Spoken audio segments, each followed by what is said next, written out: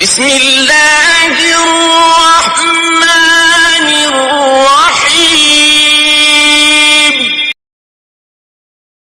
ولا تقتلوا النفس التي حرم الله إلا بالحق الله رب العالمين বলেন ও দুনিয়ার মানুষ ولا تقتلوا النفس التي কোন ব্যক্তিকে হত্যা করা আল্লাহ তাআলা যাকে হারাম করেছেন হত্যা করার বিষয়ে এরকম কাজ হত্যা করা ইল্লা বিল হক কোন কারণ ছাড়া এটা আল্লাহ তাআলা তোমাদের জন্য আল্লাহ তাআলা এই বিষয়টা তোমাদের জন্য হারাম করে দিয়েছে।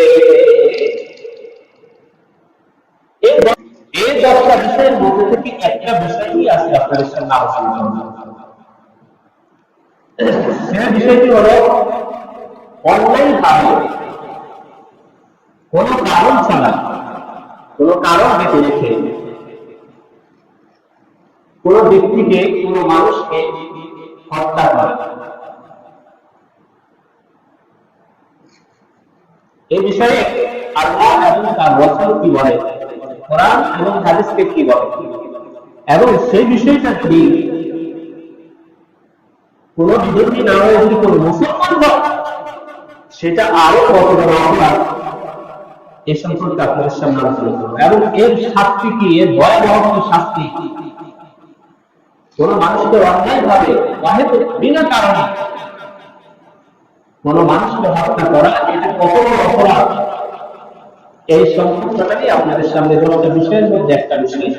আজকে শুধু এই বিষয়টা নিয়ে আলোচনা সম্পর্কে আপনি শুনেছেন বা দেখেছেন, অনেকে জেনেছেন, যদি আমাদের দেশের যে সমস্ত ইলেকট্রনিক মিডিয়া আছে, প্রিন্ট মিডিয়া আছে, এসব মিডিয়াগুলো বিজাতিকের হয়ে কাজ করতেছে অথবা কাজ করতে চাইলেও মুসলমানদের পক্ষ হয়ে কিন্তু কাজ করার কোনো অবস্থা নাই, এই জন্য মুসলমানদের পক্ষে কাজ করতেছেন। কিন্তু বাস্তব সত্য হলো এই বাংলাদেশ শতকরা 95% মুসলমানের দেশ, ঠিক কিনা বলেন?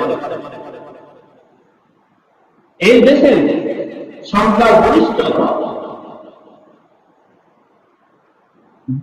মানুষ হলো এই মুসলমান এই বাংলাদেশের, আর সংখ্যালঘু মানুষ হলো বিদেশিরা, ঠিক না? এই সংখ্যাগরিষ্ঠ বিশাল শতকরা 95% মুসলমান দেশে সংখ্যালঘু কিছু বিদেশি বসবাস করে, অথচ এই সংখ্যাগরিষ্ঠ মুসলমানের দেশে মুসলমানদেরকে বিনা কারণে মুসলমানকে হত্যা করে, এই সাইটে বড় বিপজ্জনক আর আমাদের জন্য অন্য কিছু হতে পারে, ঠিক কিনা বলেন? আপনারা জানেন ফরিদপুরে একটা এলাকায় ঈদের ছুটি শেষ হওয়ার পরে দুইজন মুসলমান সহোদর ভাই, এক মায়ের ঘরের সন্তান, এই সহোদর দুইজন ভাই তারা একটা প্রাইমারি স্কুলে রাজমিস্ত্রির কাজ করে। এই দুইজন ভাইকে পাশে একটা মন্দির ছিল, এই মন্দিরে কেউ বা তারা আগুন লাগাতে কেউ জানে না, কিন্তু এই সহোদর ভাই সারাদিন কাজ করার পরে যখন একটু শুইতে গেল, এই অবস্থায় তাদের মন্দিরে আগুন লাগলো। তারা মনে করলো যে এরাই এরকম আগুন লাগাইছে, আয়সা দুইজন সহোদর যুবক ভাইকে ওইখানে পিটিয়ে হত্যা করে দিয়েছে। কত বড়তম কাজ! পরবর্তীতে খোঁজে জানা হলো যে মন্দিরগুলোতে যারা আগুন দিয়েছে তারা হিন্দু ছিল, যারা আগুন দিয়েছে তারা হিন্দু ছিল। কোন কারণ ছাড়া, কোন বাছাই ছাড়া, কোন বাছাই ছাড়া সংখ্যাগরিষ্ঠ এই বাংলাদেশের মুসলমানদের উপর এইভাবে সংখ্যালঘু কিছু মানুষ এমন ভাবে এমন কিছু পর্যায়ে পৌঁছে গেছে যার কারণে মুসলমানদেরকে দিন জীবনে মানুষের সামনে প্রকাশ্য মুসলমান আমার আর আপনার মুসলমান ভাই ভাই, অথচ এর জন্য কোন প্রতিবাদ করতে পারবেন না, এর জন্য কোন মিছিল করতে পারবেন না।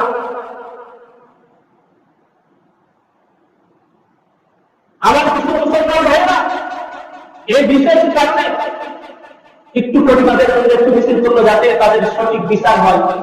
আমাদের বাংলাদেশে তো বিচার নাই, বিচারের নাম আছে মানুষকে হয়রানি আর অসংসার আর কিছুই না। এক একটি বিচার বছরকে বছর মানুষের জীবন পার হয়ে যায়, তবু তাদের বিচার আর শেষ হয় না। আমাদের দেশের কিছু মুসলমান ভাই আমাদের ভাইকে অবলম্বন করছে, আমরা তার বসে থাকতে পারি না।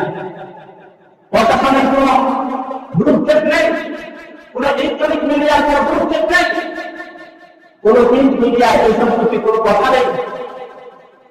এই জন্য কিছু মুসলমান ভাই তাদের একটু যাতে বিচার হয়, সঠিক বিচার হয়, এই জন্য রাজপথে নামছে। আর এই ভাইদের মধ্যে থেকে একজনকে গুলি করে রাজপথের মধ্যে শহীদ করে দেওয়া হয়।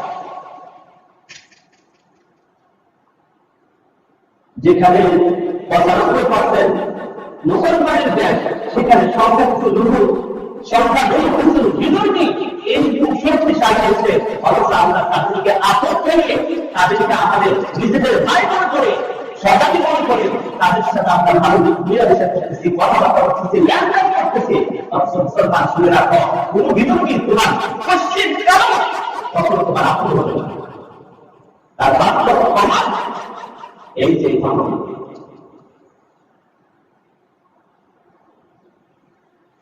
আজকে আপনাদের সামনে যে বিষয় চিন্তা আলোচনা করবো, 10টা জিনিসকে আল্লাহ হারাম করেছেন, তার মধ্যে একটা বিষয়, সেটা হলো অন্যায় বা যদি কারো হত্যা করা হয়, কোন জীবনকে শেষ করে দেওয়া হয়, তার কি হবে? হত্যা কাকে বলে? এই শব্দটা বুঝি আমরা। হত্যা বলা হয় বিনা কারণে, কোন বিধিবিধান ছাড়াই, বিনা কারণে শুধু বিধিবিধান ছাড়াই কারো প্রাণ নিয়ে দেওয়া, কারো প্রাণ শেষ করে দেওয়া, এটাকে বলা হয় হত্যা। হত্যা কাকে বলে? যে বা যাতে কোন কারণ ছাড়া, বিধিবিধান ছাড়া, বিনা কারণে কাউকে এরকম তার প্রাণ নিয়ে দেওয়া হয়, এটাকে হত্যা